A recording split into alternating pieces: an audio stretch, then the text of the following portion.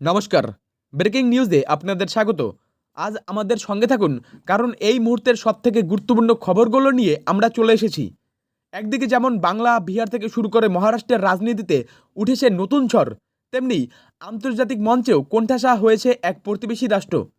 তাহলে আর দেরি কেন, চলুন দেখে নেওয়া যাক আজকের গুরুত্বপূর্ণ খবরগুলো।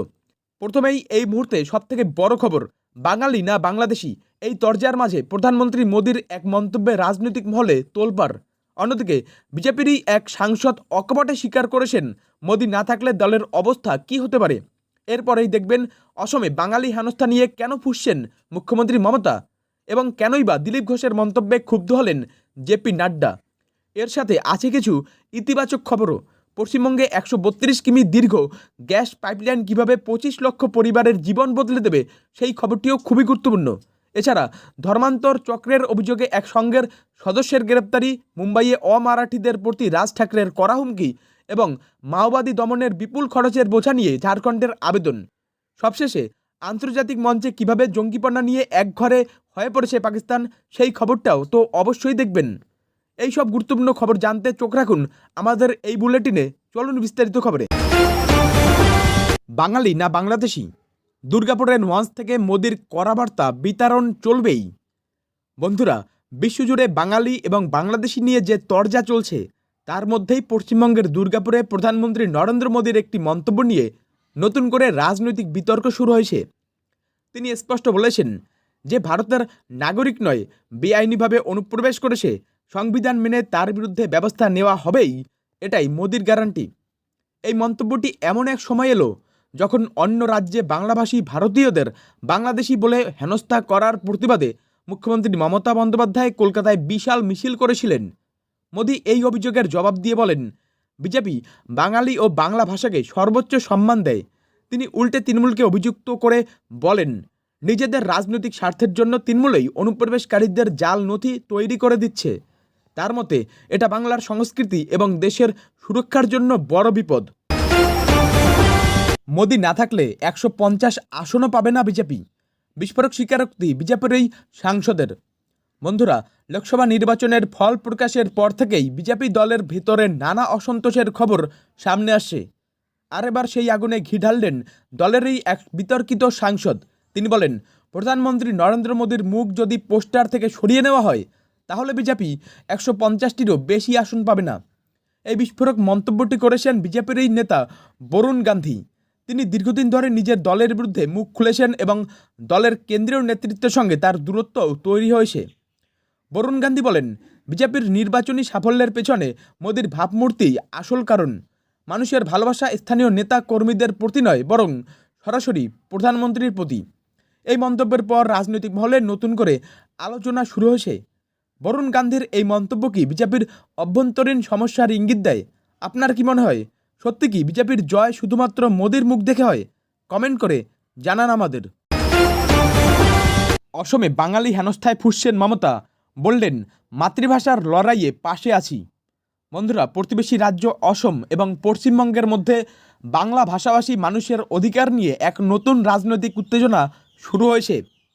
এই উত্তেজনার কারণ হলেন অসমের মুখ্যমন্ত্রী হিমন্ত বিশ্ব শর্মা। সম্প্রতি তিনি এক বিতর্কিত মন্তব্য করে বলেছেন, অসমের বাংলাভাষী মুসলমানরা বাঙালি নয়, বরং বাংলাদেশি, এবং তাদের উচিত গরুর মাংস খাওয়া বন্ধ করে অসমের প্রতি আনুগত্য প্রমাণ করা। অসমের মুখ্যমন্ত্রীর এই মন্তব্যের তীব্র প্রতিবাদ করেছেন পশ্চিমবঙ্গের মুখ্যমন্ত্রী মমতা বন্দ্যোপাধ্যায়। তিনি বলেন, যারা মাতৃভাষার জন্য লড়াই করছেন তাদের পাশে আমরা আছি। এটা বাংলাভাষী মানুষদের ওপর একটা হামলা। মমতা আরও বলেন, দেশের কোনো রাজ্যের মানুষ তাদের মাতৃভাষার জন্য লড়াই করতে পারে। পর্যবেক্ষকদের মতে এই মন্তব্য আসলে তৃণমূল এবং বিজেপির মধ্যে চলা রাজনৈতিক সংঘাতেরই এক নতুন দিক। এই ঘটনা কি আঞ্চলিক বিভাজনকে আরও বাড়িয়ে দেবে? আপনার কি মনে হয়? কমেন্টে জানান। মমতার প্রশংসায় ক্ষুব্ধ নাড্ডা। দিলীপ ঘোষ বলেছেন, খুব গল্প হয়েছে। বন্ধুরা, লোকসভা নির্বাচনে নিজের আসন হারানোর পর থেকেই দিলীপ ঘোষের একের পর এক মন্তব্য রাজনৈতিক মহলে নতুন করে জল্পনা সৃষ্টি করেছে। এবার তিনি সরাসরি দলের কেন্দ্রীয় নেতৃত্বের ক্ষোভের মুখে পড়লেন। সম্প্রতি পশ্চিমবঙ্গের মুখ্যমন্ত্রী মমতা বন্দ্যোপাধ্যায়ের লড়াই করার ক্ষমতার প্রশংসা করে মন্তব্য করেছিলেন দিলীপ। এরপরই তাকে দিল্লিতে ডেকে পাঠান বিজেপির সর্বভারতীয় সভাপতি জেপি নাড্ডা। সংবাদ সংস্থা সূত্রে খবর, দিলীপ ঘোষের এমন মন্তব্যে নাড্ডা রীতিমতো ক্ষুব্ধ। এই মন্তব্যের পর দলের অন্তরেও তাকে নিয়ে বেশ অস্বস্তি তৈরি হয়েছে। তবে এই বৈঠকের পর যখন সাংবাদিকরা দিলীপ ঘোষকে প্রশ্ন করেন, তিনি হাসিমুখে বলেন, খুব গল্প এসে আমি আর কিছু বলবো না। তার এই মন্তব্য থেকে স্পষ্ট তিনি এই ইস্যুতে আর জলঘোলা করতে চান না। তাহলে কি দিলীপ ঘোষের এই মন্তব্য বিজেপির অভ্যন্তরীণ সমস্যার ইঙ্গিত দেয়, নাকি তার মতো একজন অভিজ্ঞ নেতাকে দলে রাখতে বিজেপি কোনো আপোষ করতে বাধ্য হচ্ছে? আপনার কি মনে হয়? কমেন্ট করে জানান। 132 কিলোমিটার গ্যাস পাইপলাইন বদলে দেবে বাংলার 25 লক্ষ পরিবারকে, বড় ঘোষণা মোদির। বন্ধুরা, পশ্চিমবঙ্গে শিল্প এবং উন্নয়নের নতুন দিক উন্মোচিত হয়েছে। কেন্দ্রীয় মন্ত্রী বা শুধু মন্ত্রী নয়, প্রধানমন্ত্রী নরেন্দ্র মোদী নিজেই বাংলার জন্য এক ঐতিহাসিক প্রকল্পের উদ্বোধন করেছেন।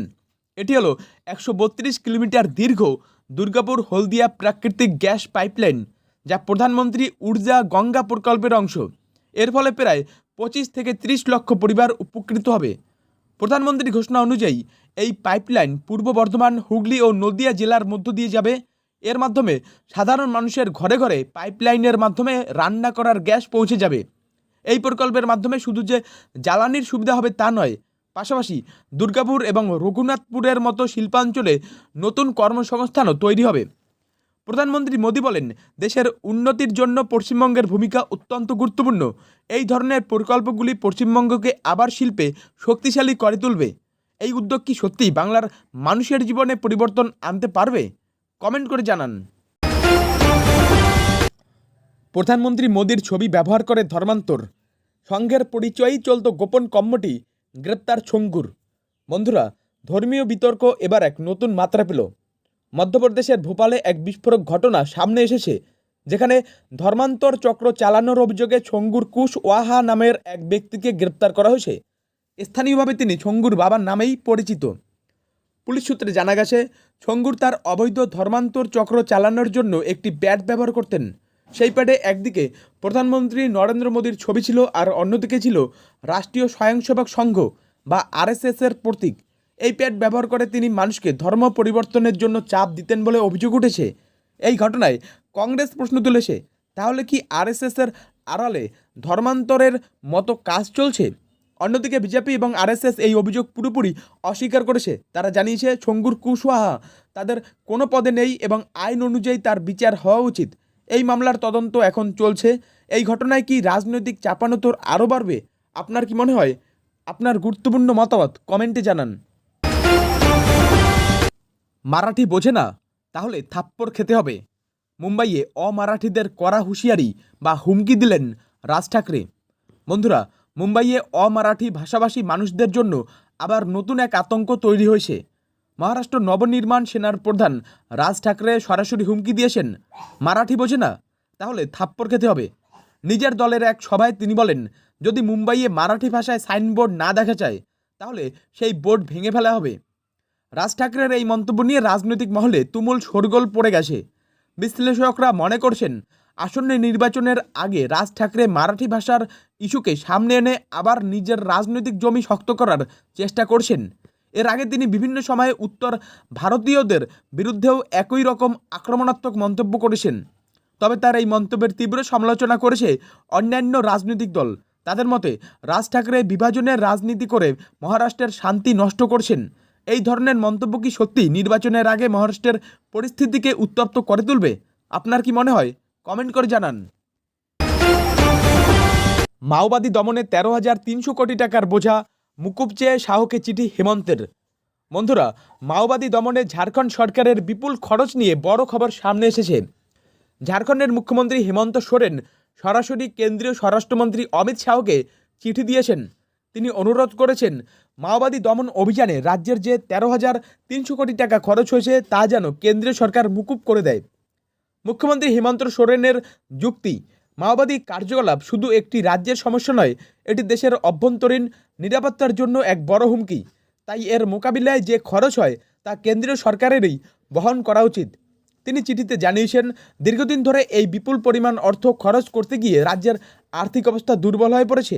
এর আগেও ছত্তিশগড়, ওড়িশা এবং পশ্চিমবঙ্গের মতো মাওবাদী আক্রান্ত রাজ্যগুলো এই ধরনের দাবি জানিয়েছিল। তাহলে কি এবার কেন্দ্রীয় সরকার ঝাড়খণ্ডের এই দাবি মেনে নেবে? মাওবাদী দমনের আর্থিক দায় কি রাজ্যের বদলে কেন্দ্রের ওপর বর্তায়? আপনার কি মনে হয়?